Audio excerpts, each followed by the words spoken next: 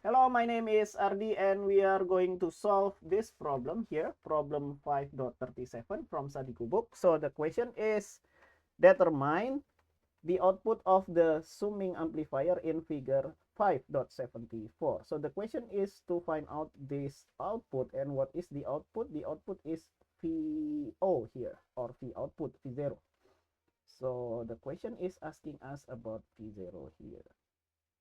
Okay, let's see the circuit and analyze that what we can do from here. So I will have this is the ground and this is 2 volt from the ground. So this node here is 2 volt, right?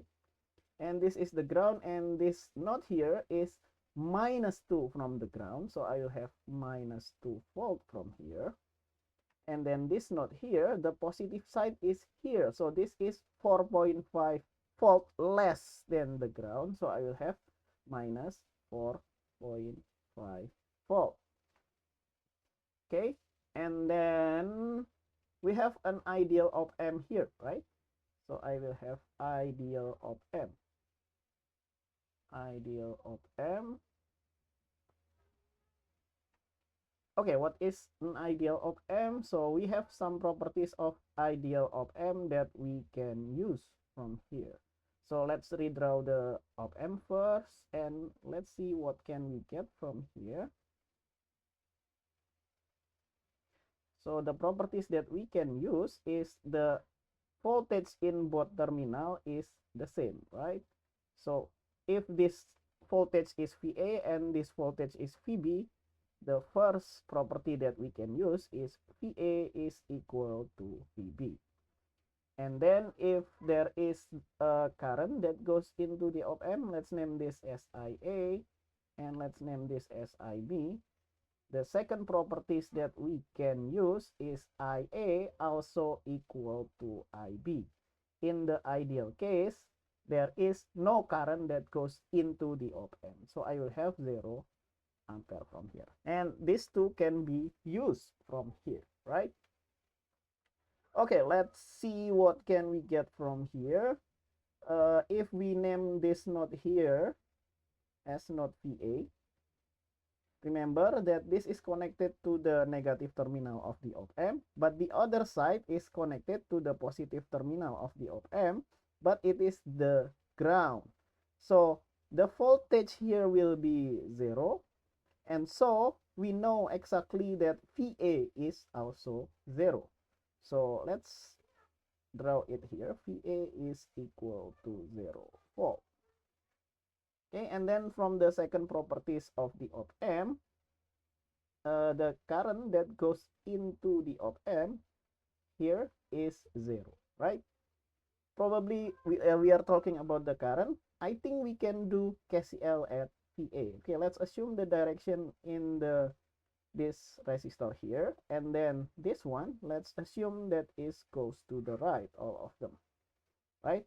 We can do KCL at VA. Remember, if you have an op amp problem, you always use KCL. So the sum of the current that goes in will equal to the sum of the current that goes out. Okay, and what is the current that goes out? I mean, what is the currents that goes in? 1, 2, 3, right? I will have first, second, and third. The first one here is 2 minus VA divided by 10. So let's do that. 2 minus VA divided by 10. And then what is the second current? This one here. So I will have minus 2 minus VA, minus 2 minus VA, then divided by 20. And then the third current here, I will have plus minus 4.5 minus VA divided by the resistance between them, which is 30. Okay, and then that will equal to the current that goes into the op amp, that will be 0, right? Because this properties here. So I don't need to write that. I only need to write this one here. So I will have VA minus this one will be V0. Right? So I will have VA minus V0 divided by the resistance between them, which is 30. Okay, that is good. But then we know exactly that VA is 0 volt. So we can just plug this value into this equation here. So this is equal to 0, this equal to 0, and then this equal to 0, and that also equal to 0.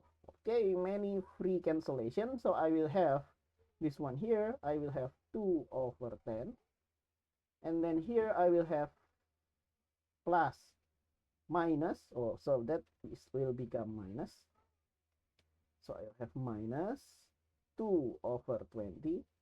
And this one, plus and minus becomes minus. And I will have 4.5 divided by 30.